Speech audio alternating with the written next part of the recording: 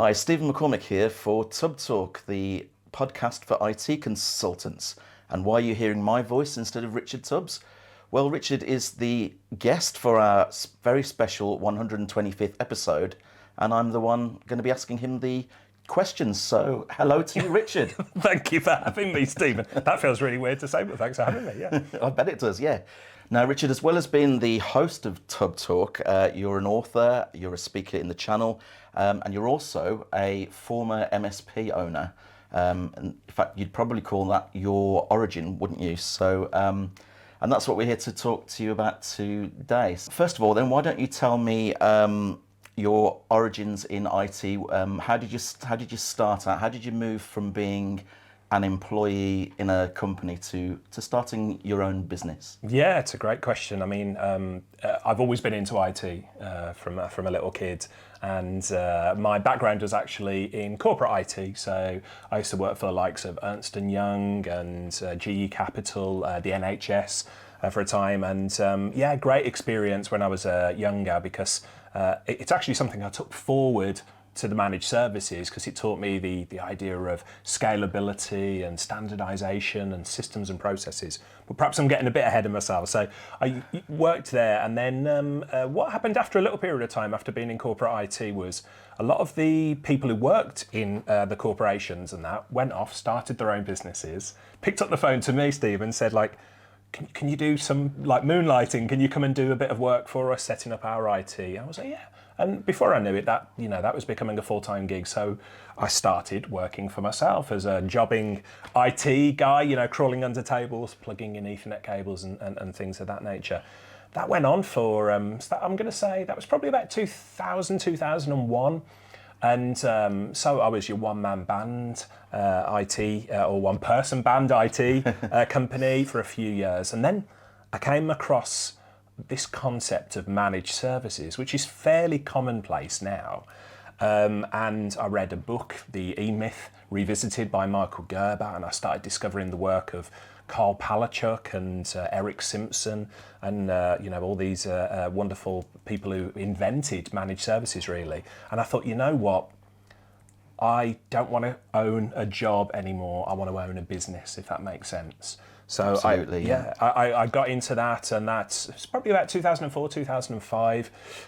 Really threw myself into it. Was hoovering up every piece of information out there. And I should say, fast forward to today, there's loads of info available. Back then, not so much. There was the odd books and things, but lots of people were very open and sharing with me. And so I built the IT business, very big on systems processes. From day one, I thought I want to eliminate myself from the business so the business can run without me. And that proved, to be the right decision, because it was about 2011, 2012, forget the exact time, I sold, grown the business. It could run without me, and I sold the business. I was going to say, actually, yeah. So what made you come to that decision then? What made you decide to sell up? What was the factor that pushed you over the edge, so to speak? Yeah, well, it was an interesting, like a very personal situation, but I'm happy to share. So whilst I was growing the MSP business and basically learning about managed services, I used to do a lot of attending of user groups, speaking at peer groups, and writing blog posts. I was like one of the earliest bloggers, and I think people mostly know me for that now, but I look back and there were some really embarrassing blogs because I was finding my way, in the industry. But the interesting thing was, a lot of my competitors at the time thought that I was crazy for sharing this information with other people. Yeah. People said to me, why are you giving away all the secret sauce? I was like, well, there's no secret sauce, I've learned this from other people. Anyway, so I was blogging. I got well known in the managed services industry, but as a peer. And then, a big life event happened. I know you understand about this. My dad passed away. He was 82 years of age, so he'd had like a good innings. It was obviously, it came as a shock, but it wasn't unexpected. And that was just a turning point. And I remember being at my dad's funeral, and there was people coming along there who had been, they'd not spoken to him in maybe 20, 30 years. And they came along to the funeral and were coming up to me and introducing themselves and saying, look, your dad wouldn't remember this, but he did this for me 30 years ago. He did this, you know, and my dad was an old school gentleman and, you know, treated everybody, you know, really well and everything. And it was, I don't want to say a revelation, but I thought, well, this is what legacy means. This is what I want people to speak about me like this when I'm, you know, gone. And hopefully I've got a while to go yet, but when I'm gone. Am I going to achieve that running the managed service business, or am I going to achieve more impact helping other MSPs? Because lots of MSPs were asking me for help at this point, even though I was a competitor. So I was very fortunate. I'd built the business so that, you know, it could run without me. So I made the decision to sell the business. Absolutely. Yeah. Now, you have mentioned some great things there, which we will touch upon. Particularly, you did write a blog article about your father's passing and what legacy means to you. So we'll make sure that that's in the show notes. But I wanted to touch back to, now I said that you were an author, and you wrote a book called The IT Business Owner's Survival Guide. What was it that inspired you to write that book? After I sold the IT business, I started going in and doing consulting and advisory work, helping other managed service providers. Obviously, the blog continued. We've added the podcast and all sorts of things, been going many, many years. And it reached a point where there was so many people getting in touch, asking for advice. And some of them, MSP owners, were drowning. And I mean that metaphorically, you know, they were drowning underneath the demands, the pressures, and they were reaching out to me. And I do respond to every email that I get, and I get in touch with everybody.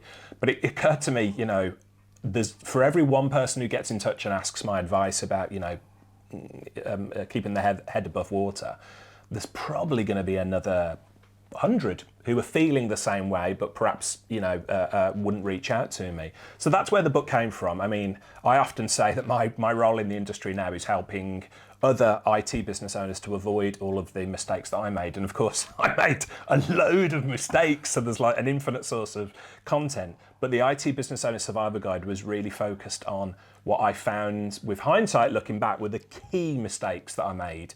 You know, not getting enough sleep and running myself ragged, not taking holidays, not delegating effectively, not outsourcing, and, you know, things of that nature. So that book was written as a way for anybody to benefit from the mistakes that I made and hopefully avoid them, because, you know, I want people to enjoy working in managed services. And I think most people get into this industry because they enjoy helping other people, but they often don't help themselves, you know, and find themselves drowning. So that's where the book came from. Absolutely, yes. I'm going to pitch a question to you now then. So we've talked about where you've come from. Let's say you were going to start an MSP in 2023. What do you think are the top trends that are happening in the year ahead, and how do they compare to the trends that were occurring at the time that you were starting out? What's changed? That's a good question. So I ran the IT business for 8-10 years before I sold it, and I've been doing what I do now for 12 years. So it's been 12 years since I sold the MSP business. So the times were, I'm not going to say very different, but some of it was different. So I was one of the first advocates of what is now known as cloud computing, and I remember my peers laughing at me saying, we're not going to get rid of servers, and fast forward, like we don't have servers and things, or maybe we will again now with the energy crisis.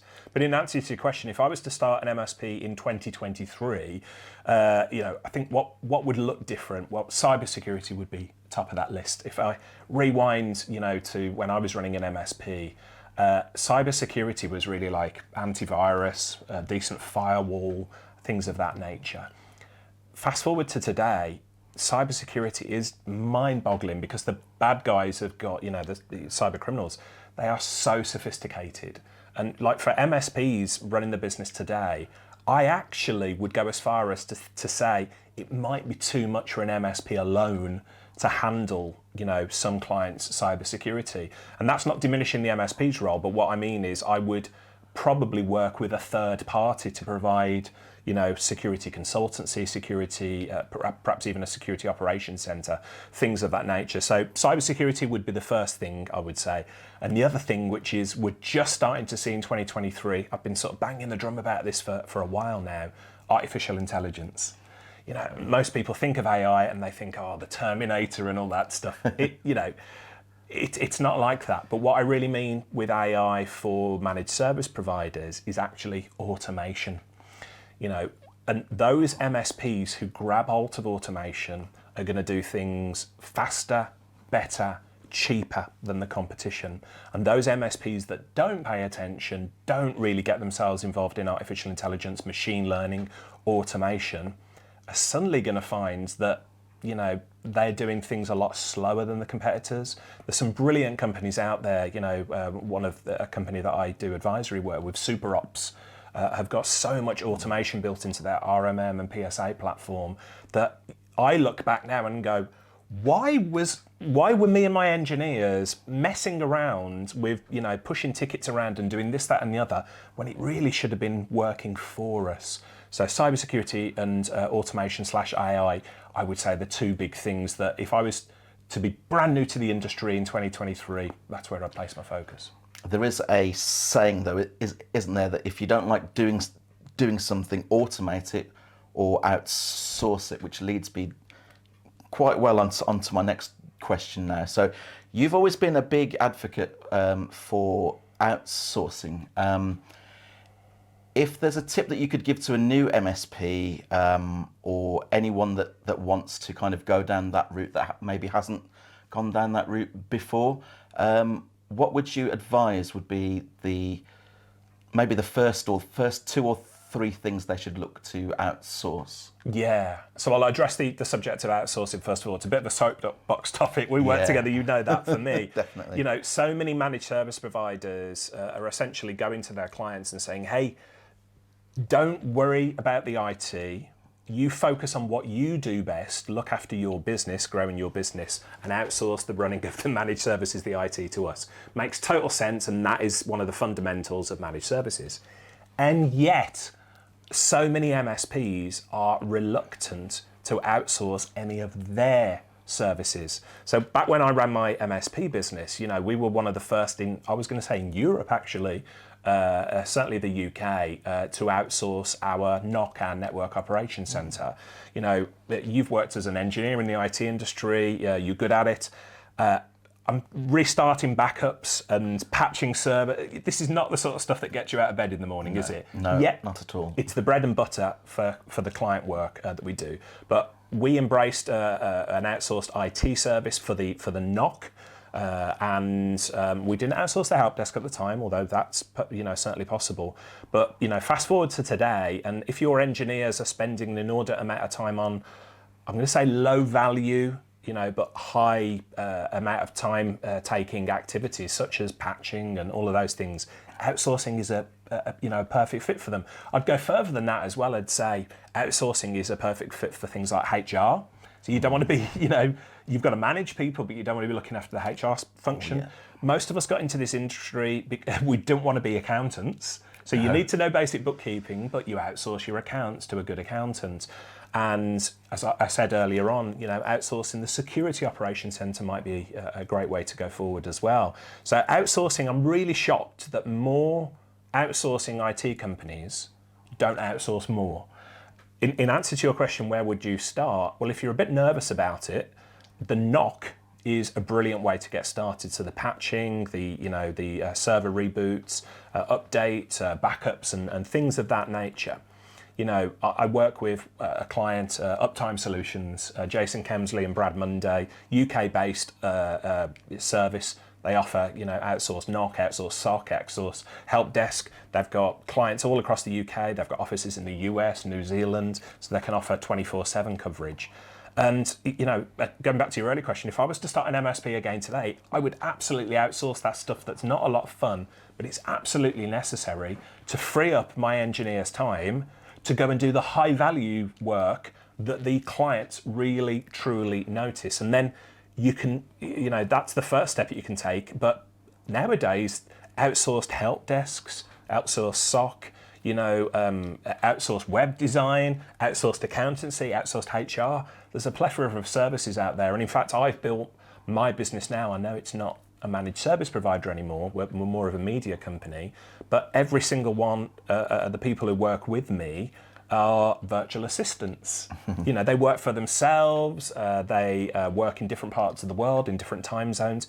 Really doesn't matter because the tools are there now to work with a remote team that's anywhere. So I'd encourage any MSP, look into outsourcing, and if you're nervous, start with the knock, because the clients don't see the benefit of that, but they sure as heck get annoyed if those sort of things don't work properly. So. Absolutely.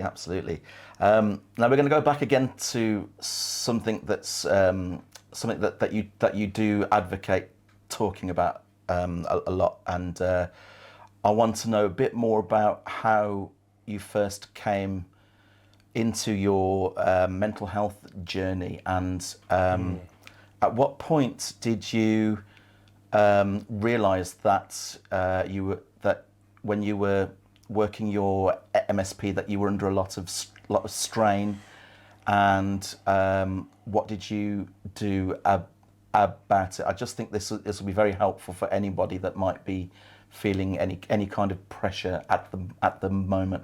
Thanks for asking about that. I mean, it's taken me a while to get to this stage, but over the years I've dropped what I would say breadcrumbs about my mental health challenges. But the world has reached a point now where I think people are, if not comfortable, are much more open to talking about these sort of challenges. So, I'll be open and honest and say, I've battled with clinical depression.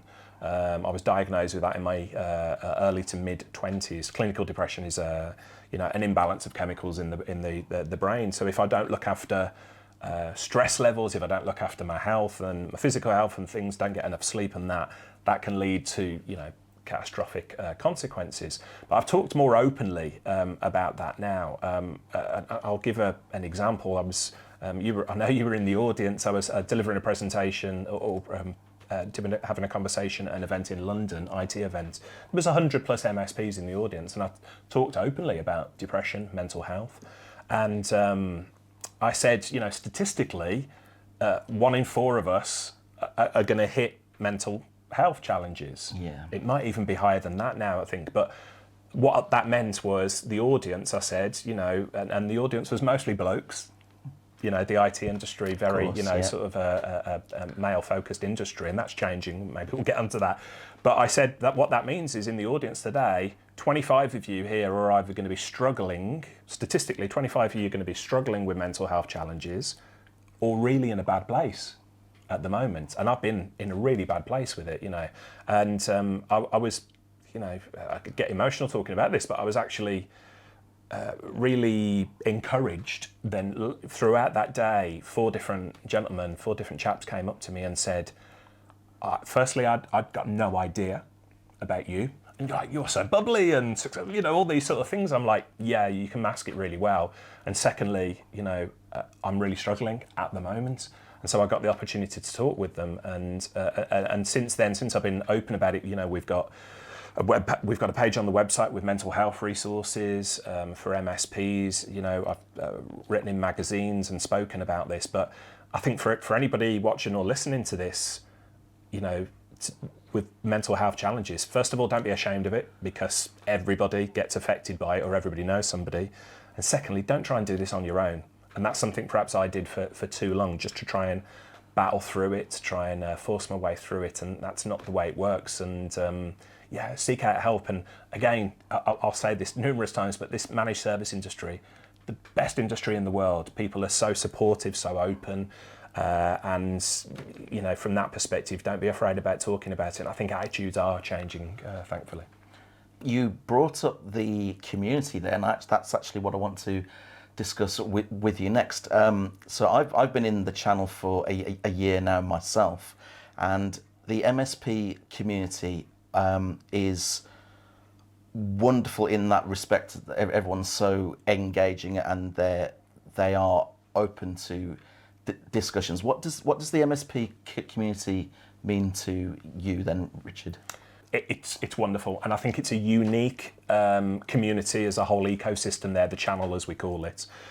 I speak to friends, and I know we've had conversations. You're fairly new to the channel. I've been doing this like 20 plus years or whatever. And I speak to people and I say, we get in a room with our competitors and we talk about what we're earning and what's working and what's not working. And they look and go, "What, are you crazy?" We've got friends that work in insurance, finance, real estate, all of those things. And they're like, "We would never do that, with our so-called competitors." And yet the MSP industry, that's the bread and butter for this industry. There are way more people, the majority of people will share openly and honestly to help others than those will hoard all the information, keep to themselves. That old adage that a rising tide lifts all boats, I think that's absolutely true for this industry. And there's way more than enough customers, clients for all of us. So, for anybody who's watching or listening to this and going, what were your competitors? This sounds crazy. It really isn't. And I would rewind and say,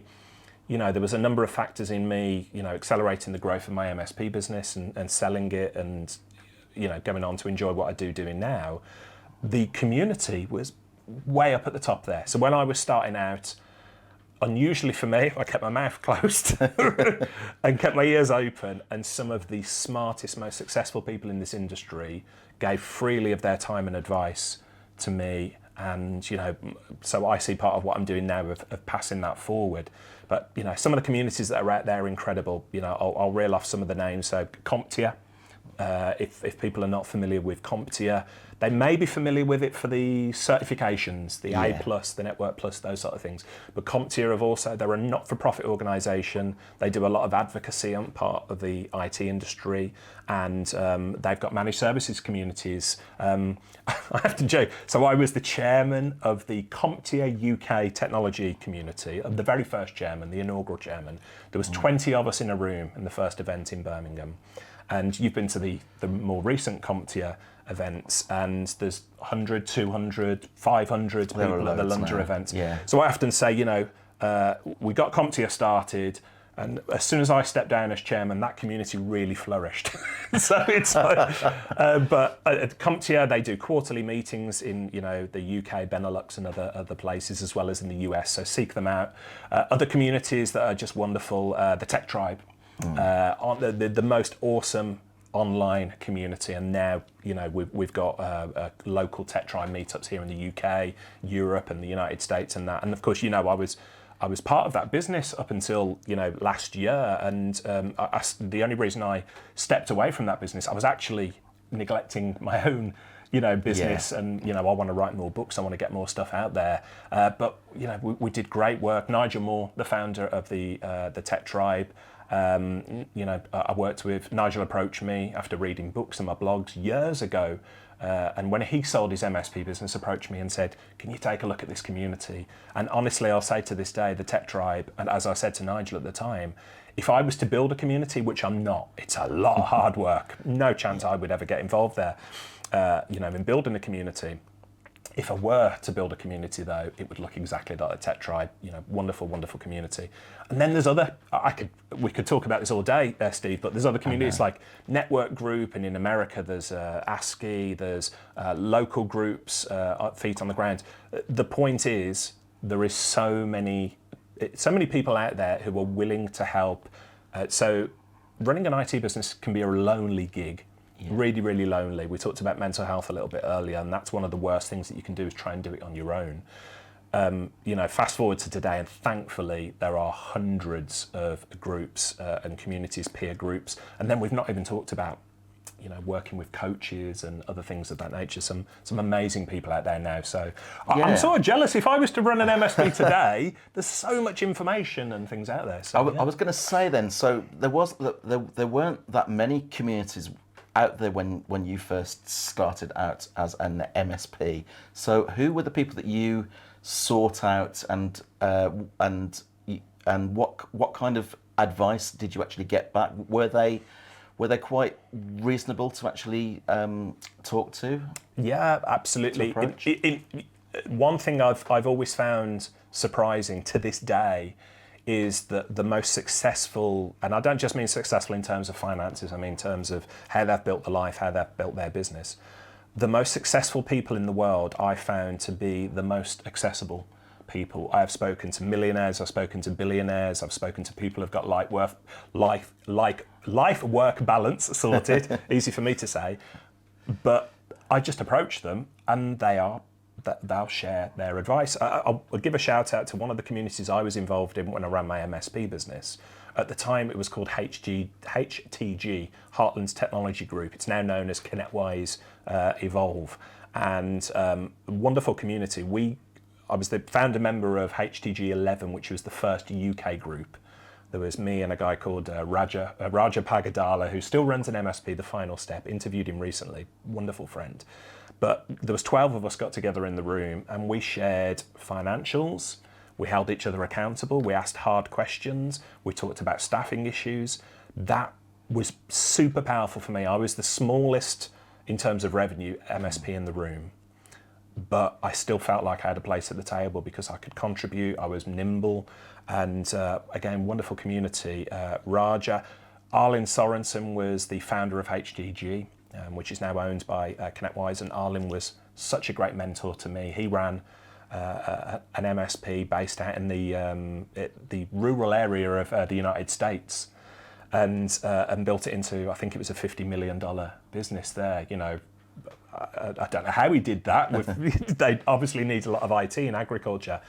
But Arlen was fantastic. The guys at HDG in my peer group, James Cash and Malcolm Dyack and Raja Bagadala, wonderful community, but so many other people that helped me along the way. So I mentioned, he's now turned into a great friend of mine, but it still is my tech hero, Carl Palachuk, who was one of the architects, I'll say, of managed services. This is the guy who really created the concept of managed services.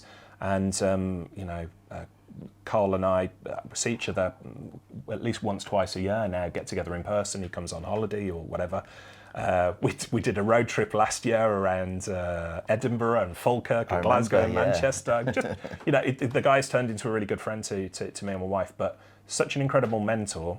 Again, wrote blogs, spoke, wrote books. So Carl's got 20 odd books out there about managed services. Incredible. And then other people that some listeners might not be aware of. So Eric Simpson, who I got the opportunity recently to sit in a studio and interview.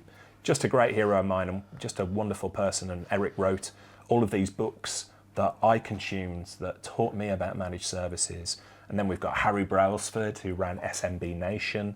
And, I've become friends with Harry and learned. So again, probably way too many people to mention, but these are people that I consider wildly successful in all aspects of their life and so accessible.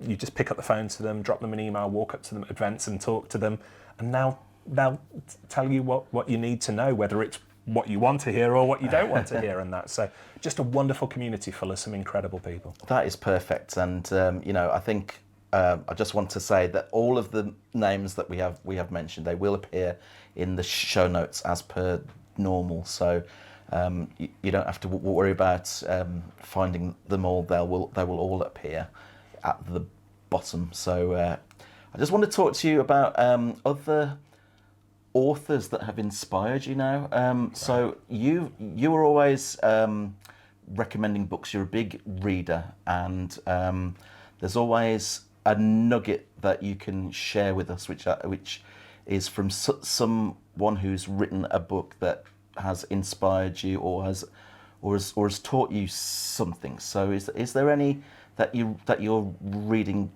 currently, or any that you would say definitely read if you haven't read, because they are so inspiring? Oh, so many books, and I don't want to, in danger of if you could, overwhelming Goodrun, who does our podcast show notes, and she'd have to list like 1 million books or whatever. But so the three that really impacted me, I've sort of skirted around one of them already. So the book that really changed my life professionally was The E-Myth Revisited by Michael Gerber.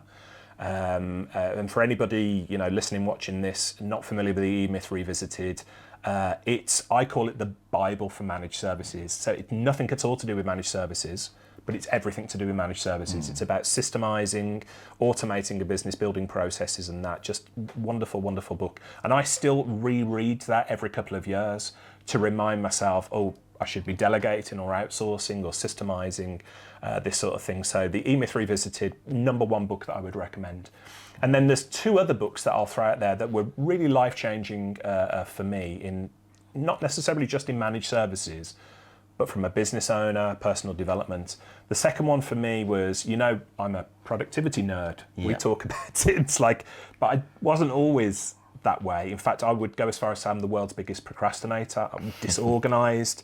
And that was costing me time and money when I was running the MSP business, until I read a book called Getting Things Done by an author called David Allen. And GTD, as it's known, in productivity circles, is a whole methodology, and it's about becoming productive, about clearing your head out, putting things down into systems rather than trying to, because David Allen said this, and I often get quoted in the MSP industry, but it's David Allen's quote. And to paraphrase it, he says, like, the mind is great for generating ideas, but not so much for carrying them around. Absolutely. So I read GTD by David Allen, and I've, again, we talked about how accessible these people are.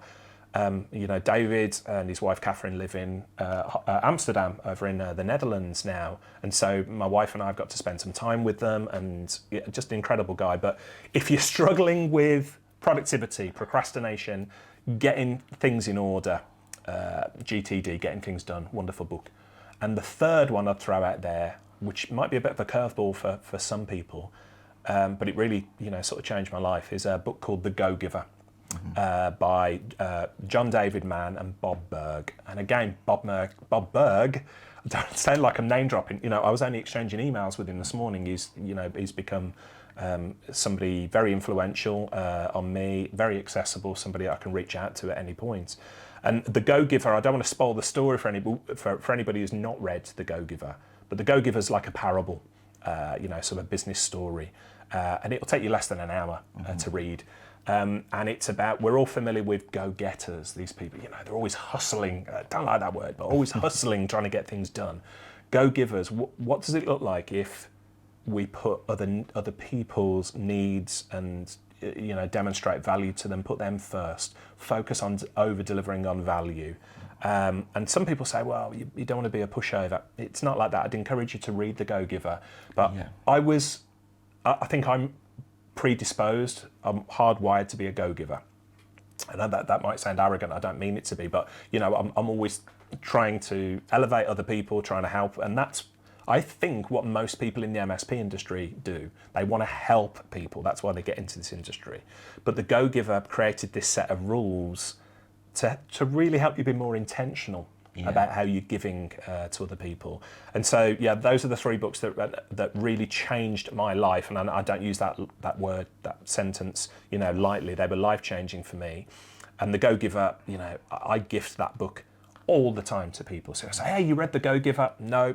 Right, I'll send you a copy of the book or whatever. So, it's one of those ones that I really, you can tell some people get it, other people don't get it. The ones who get it are just, I think, wonderful people to hang around with, and that's the majority of the MSP community.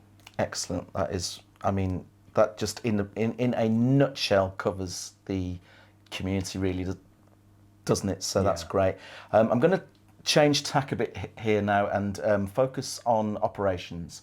So I don't mean operations in a hospital, but so we're going to first of all talk about sales. So when you were starting out as an MSP, how did you tackle your sales process? Was it something that came organically natural, or was it like it is for most MSPs that I talk to, a bit of a chore to begin with?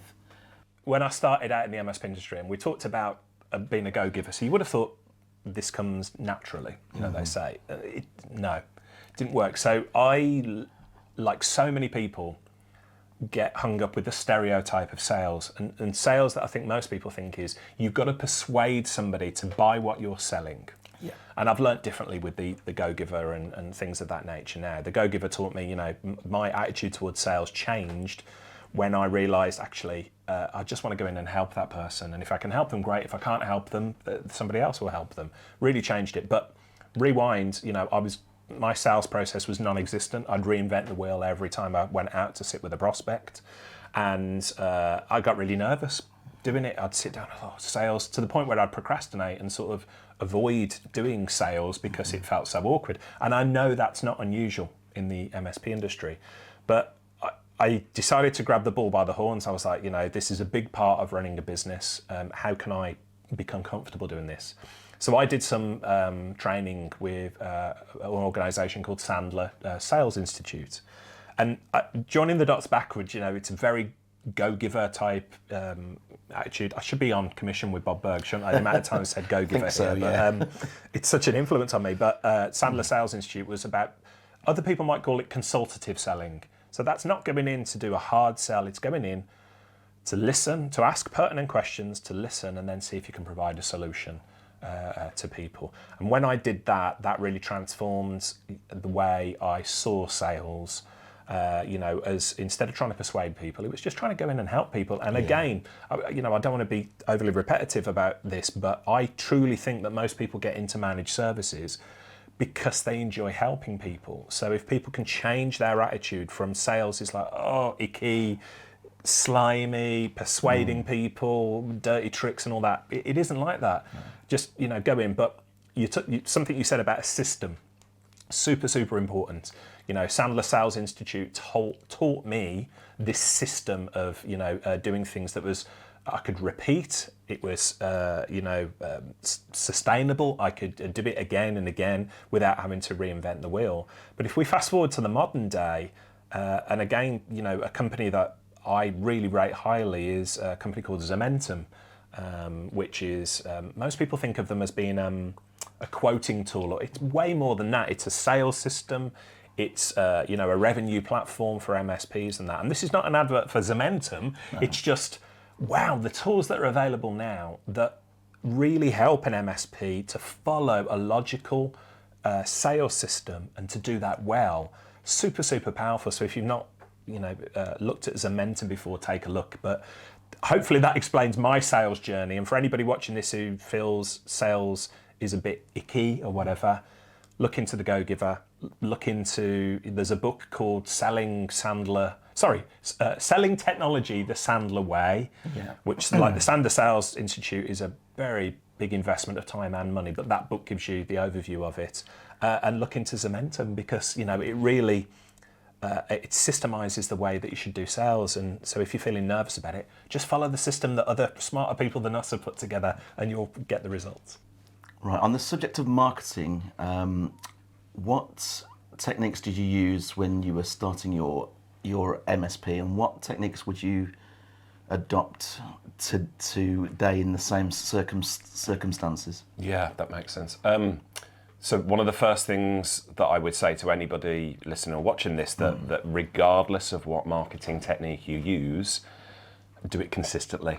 So many MSPs, that I come across, they say, our marketing's not working, we're finding it hard to find new clients. And I say, what are you tried? And they say, we've tried direct mail, we've tried cold calling, we've tried networking, etc., etc. And I say, look, what are you doing at the moment? Oh, well, we've given up on all of them. So people tend to, I think, try something in isolation, and actually marketing is a joined up approach. It isn't something that you want to be going, we need new customers, we're going to start marketing. Something you're doing all of the time, basically. So, but in terms of the techniques that worked for me when I ran the MSP business, the one that I put at the top of the list, and this is probably not the one that most MSPs are going to want to hear, is networking, meeting people, face to face, in person, getting out there at events and things of that nature. That worked really well for me because I think that old adage, people do business with people they know, like and trust. Well, they get to know, like and trust you by getting out and meeting them and stuff. So I went to a lot of business networking events, and whilst I find it sort of terrifying, to walk into a room full of strangers, it's over time it became much more natural to me. The big thing about networking, I would say, going to business networking events, don't go out there to sell. That sounds a bit odd. You've asked me what marketing techniques work, to sell to new clients and things. But if you go to a networking event, we've all been at networking events where there's that networking bulldog, or more than one of them, where they're thrusting business cards into people's hands, and you know, and it drives you a bit bananas, because you don't want to do business with people like that, do you? What I think works a lot better is to build up connections with people, allow people to get to know you, and then the referrals start to happen as a result of the relationship that you've built up with them. So networking worked really well for us, but all of the other things that I mentioned, direct mail, we were a big fan of what we call, and I think it was Robin Robbins who coined the term lumpy mail. So we used to send, and lumpy mail means, doing a marketing shot where perhaps back in the day we would send cassettes out to people and say, there's a free cassette for you. Now, I'm not old enough that cassettes were still really valid. The point was, then on the letter we'd say, what, you're no longer using cassettes? Then why are you using tape drives for your backup and things when there's online backup? Lumpy mail stood out from the rest, so that was something that worked for us.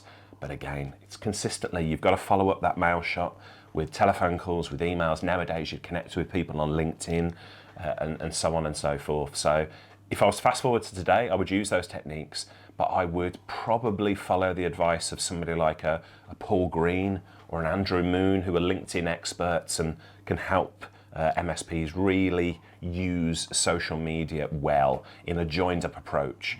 But using anything in isolation, you're only going to get limited results. And if you don't do things consistently, you're not going to see the results either. So yeah, that's marketing for me. Right. Now, I spoke to an MSP who maybe doesn't know you as well as everyone else does, but he seemed to think of you more as a more as a business advisor.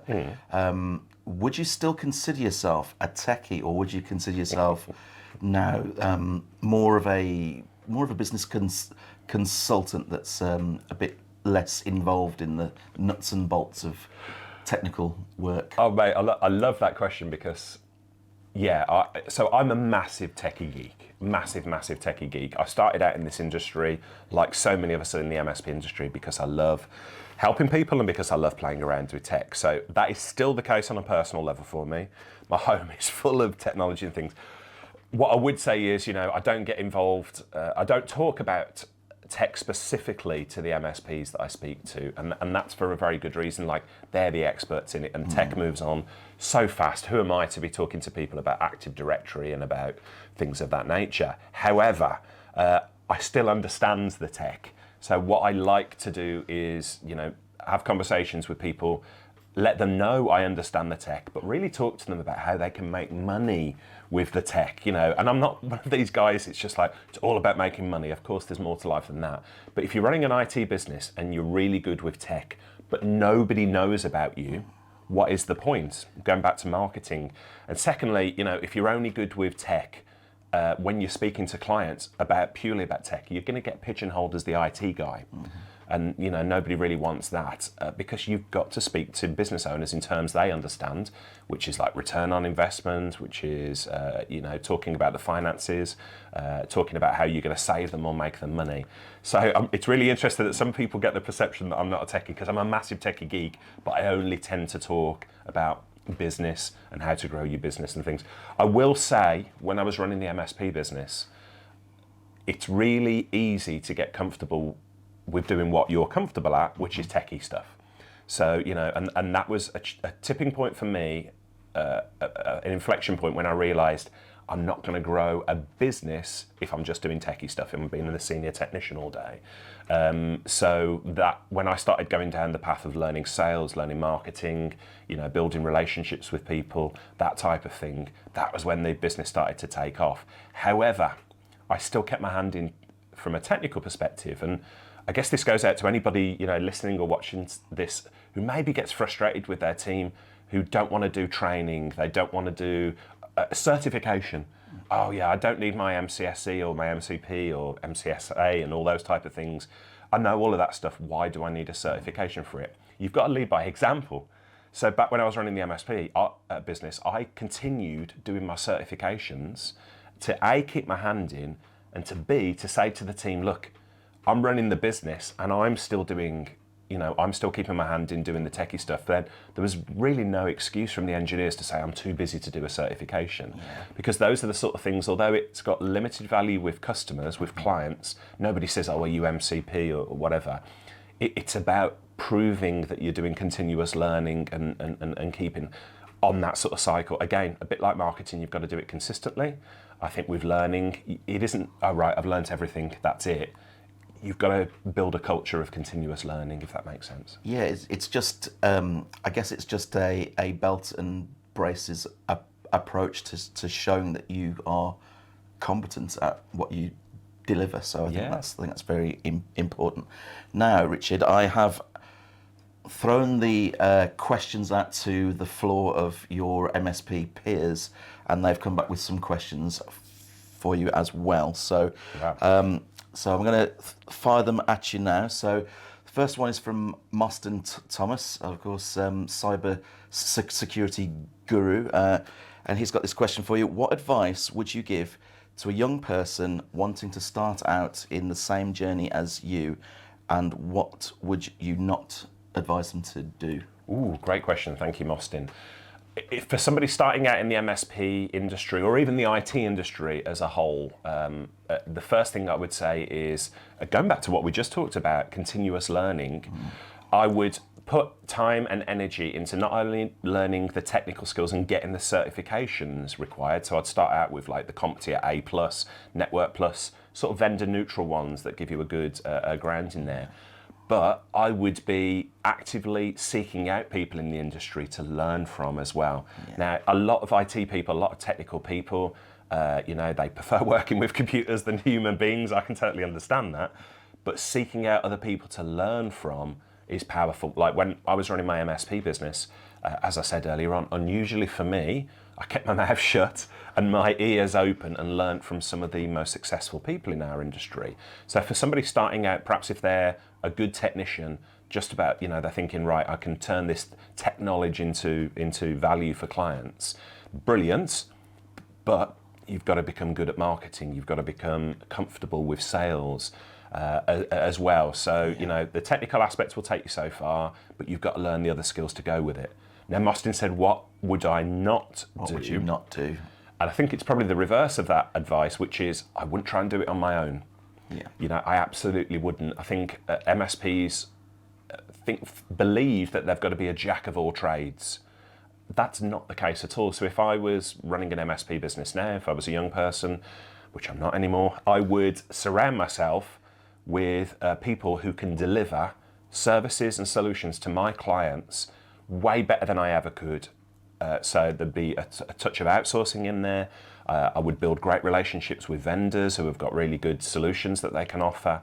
And I would also make sure that I go to peer groups and things of that nature. So what I wouldn't do is to try and forge my own path, do it all on my own, because as unique as every MSP thinks they are, the reality is the problems that they come across, the hurdles that they need to overcome, somebody's been there and done that before and found the solution. And by getting involved in peer groups, peer communities, going to conferences, getting involved online, reading books and things of that nature, you're going to learn from other people. So please don't try and do it on your own. Yeah, definitely.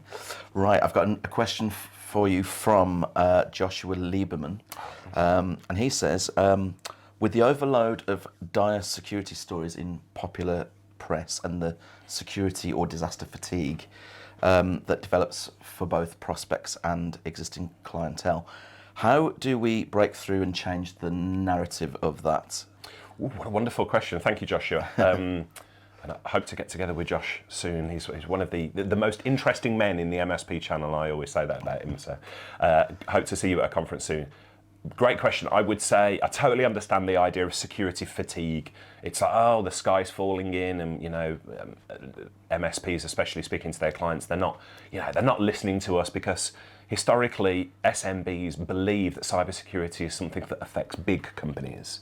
It's not going to affect me. We're too small. Why would a cyber criminal be interested in us? The reality is the cyber criminal is not interested in anybody. They're interested in money. So I think you need to demonstrate to cut through the noise would be to keep your eyes and ears open for issues, cybersecurity issues that affect SMBs similar to your client.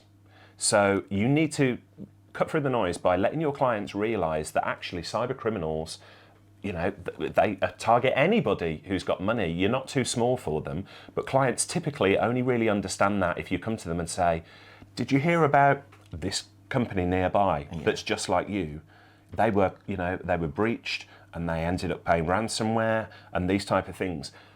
That cuts through the noise, I believe. So look for issues in maybe the local press, although local press don't seem to cover cybersecurity for local businesses so much. But at business networking events and things of that nature, look for examples of where somebody has been breached. Even if you find on the technical press or whatever, ZDNet or PC Pro, things of that nature, capture those stories and then reframe the stories in a way that makes them relevant to your clients, to help them understand this is happening to people like you out there at the moment. You are not immune to it, and so we want to keep you safe. That's the way I would go about it nowadays. Excellent, yes. Right, now I've got a couple of questions from our friend James Steele. I'll start with his first one. How does your typical week differ now as in what you do compared to what you used to do when you were running your MSP business? Good question. And James by the way, James, you're killing it with the videos at the moment. They're really great videos, James. Honestly, I am in awe of them. So anybody listening to this and not checked out James Steele's videos, go and check them out on his YouTube channel. So what does my typical week look like now compared to when I was running an MSP business? I think at the start of my MSP journey, my days, my hours were a lot more reactive at the beginning. And I think most MSPs listening or watching to this will appreciate that. They'll say, we've got emails to deal with, we've got fires to put out at our client sites, etc., etc. The key to me growing the MSP business was to realise that if all I did was react to other people's emails, to other people's demands and that, I'd never get round to the things that are important to me. Yeah. And I mean like marketing, business development, personal development and things of that nature.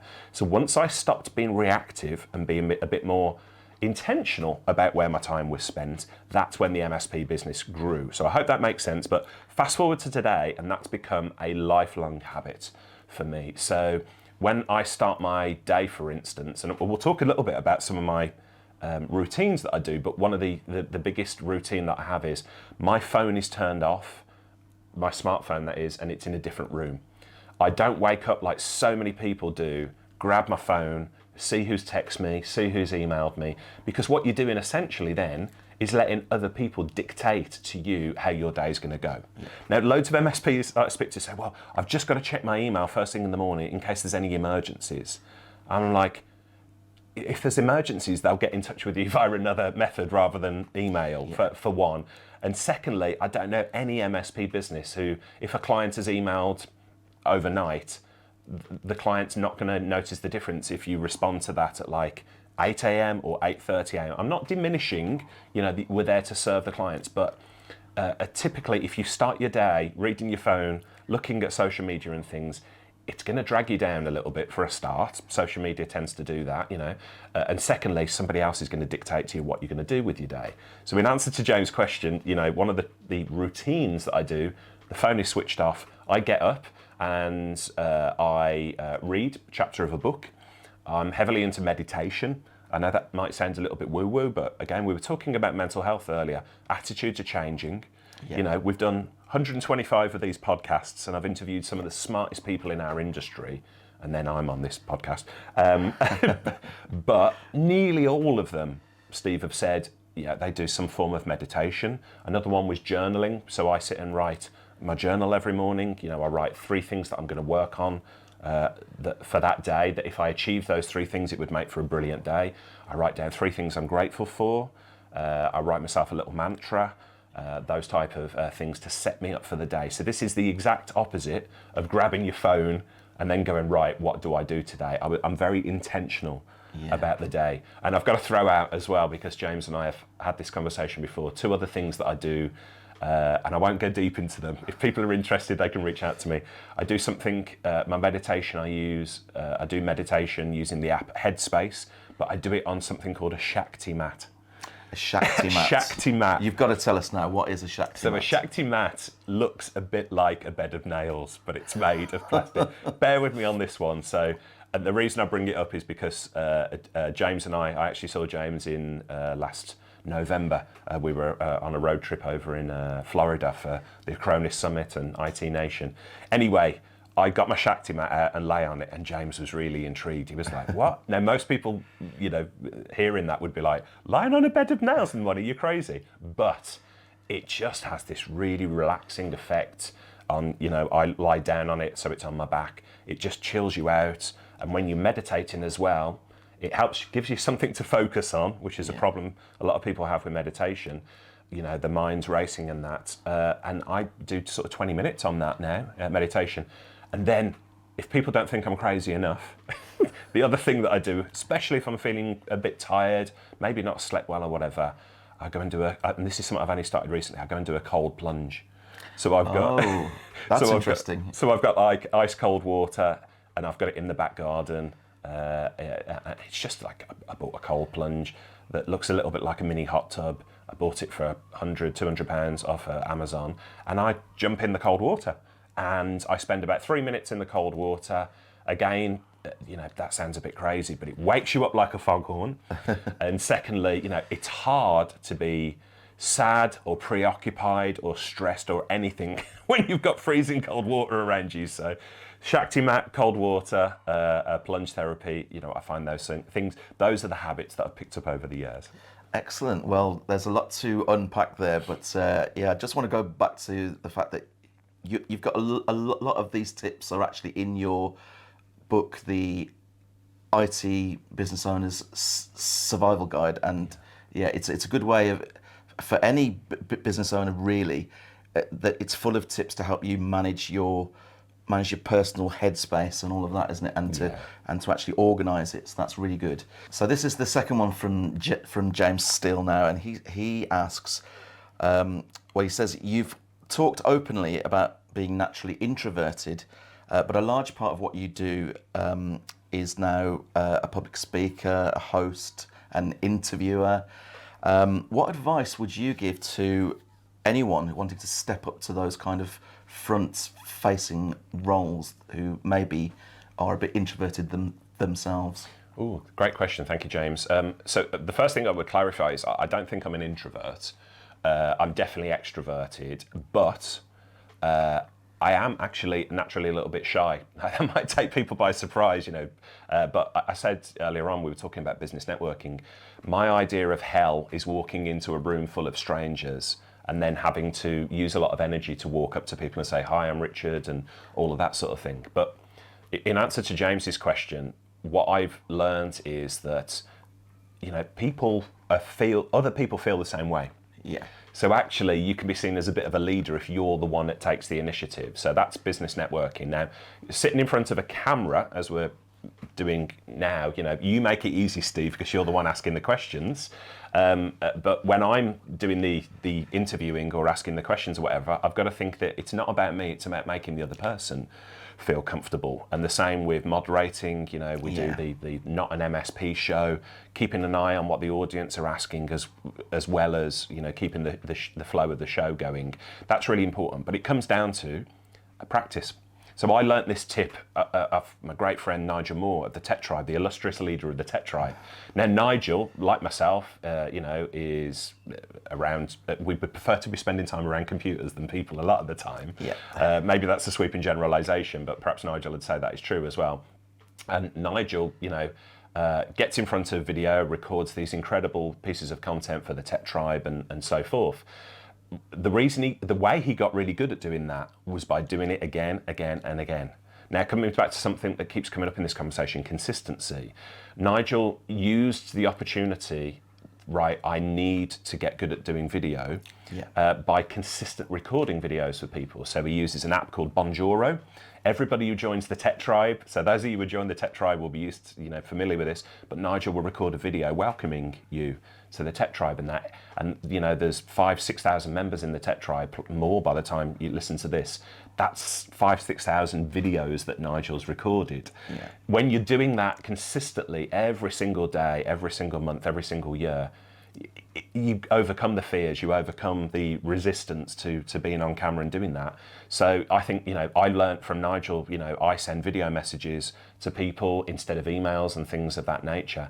That's how I got more comfortable. And the second thing I'd say just about being on stage in front of, instead of being on camera, similar but different, I realised really early on that everybody in the audience was so relieved that I'm the one on stage rather than them. So that's the first thing. I realised that everybody in the audience, wherever I was, wanted me to succeed. Nobody's there like at a comedy club waiting for the comedian heckling or anything. Doesn't happen.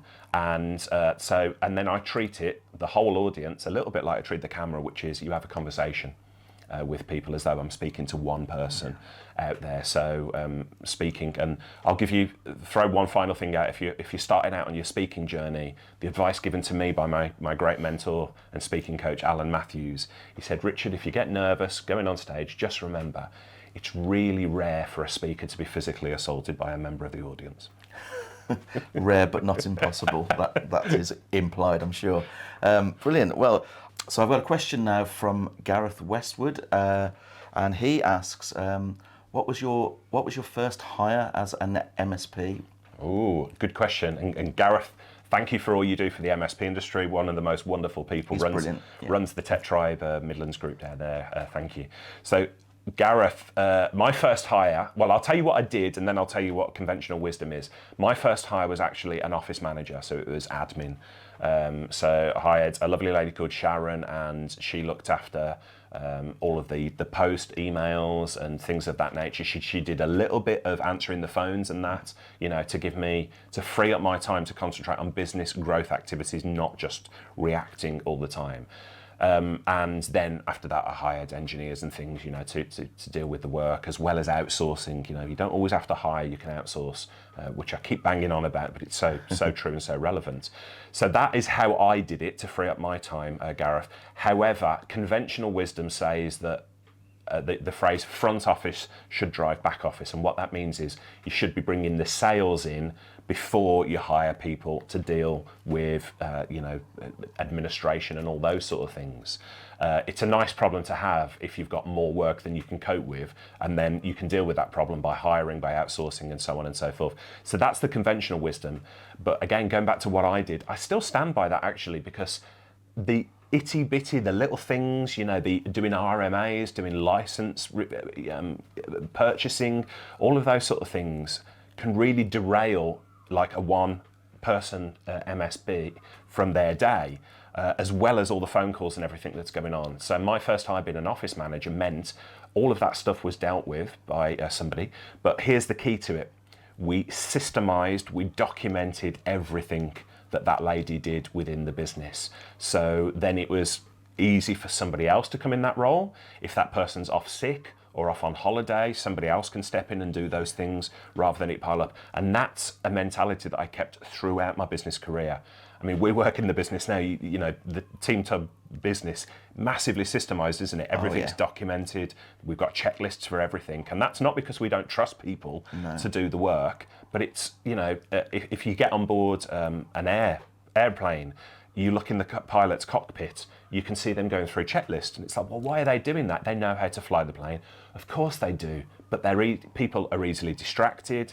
And, so a checklist is a really good way to make sure that you're following the actual process. So again, back to Gareth's question now, the first hire that I made was an admin and office person. Nowadays, you may not even need to hire that person full time.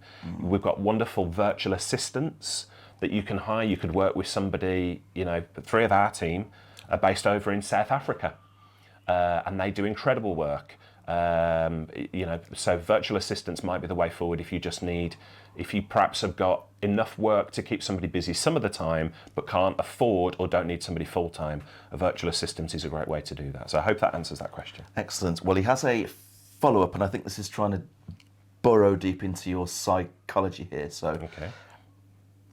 What's your favourite choice of starter?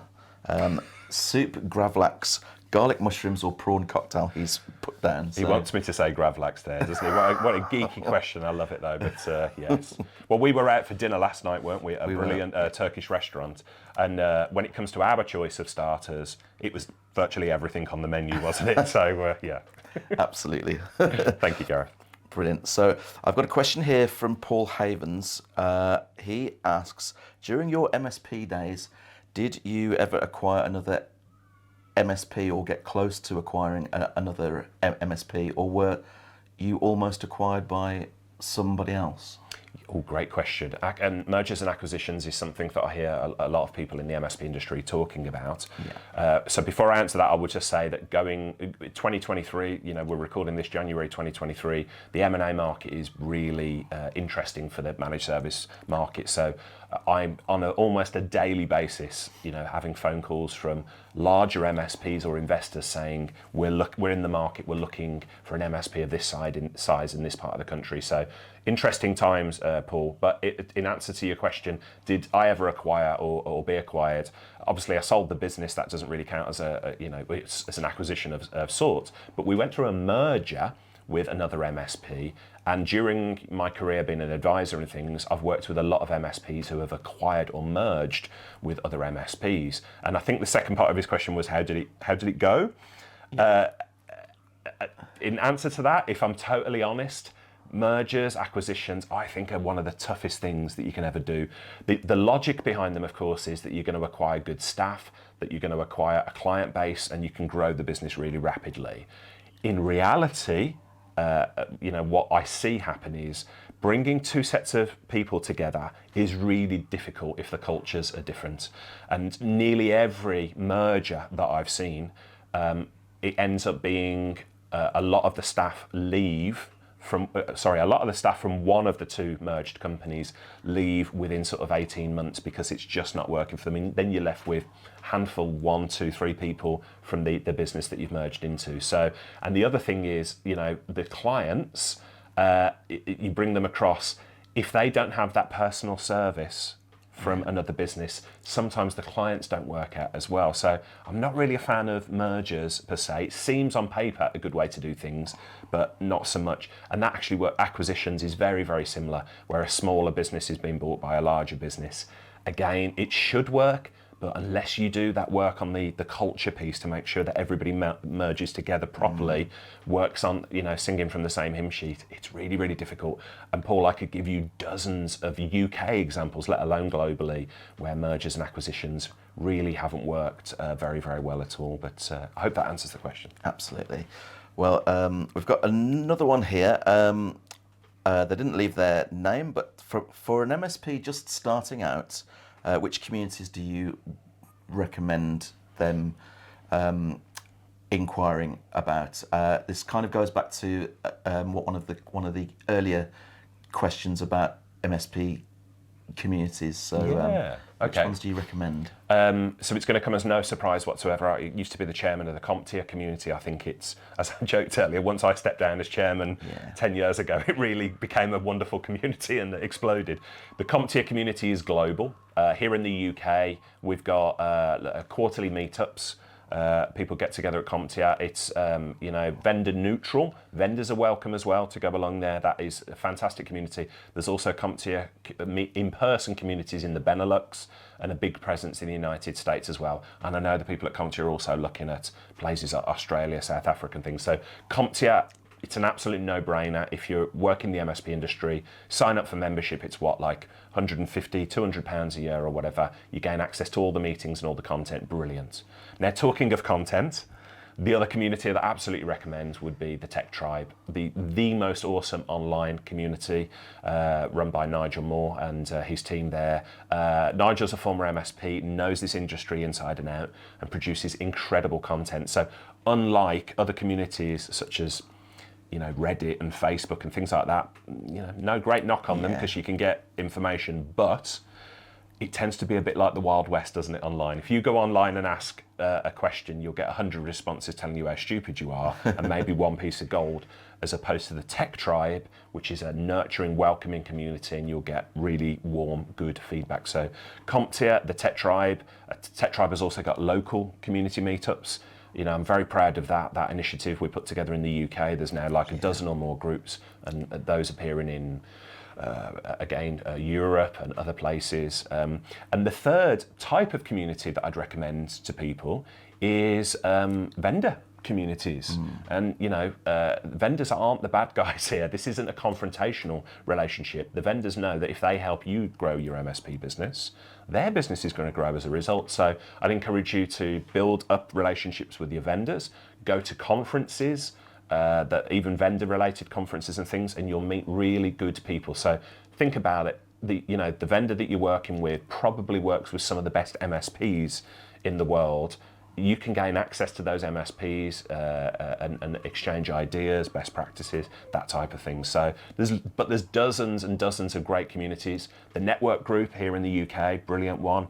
I'm hearing great things about Brigantia, Synaxon, and then the other thing I'd throw out there, if you're in a part of the world and you think, well, there's no groups near to me, go and have a look at an app called Meetup, the Meetup app there, and just see, you would probably be shocked to find that there's things like Microsoft 365, Linux, open source.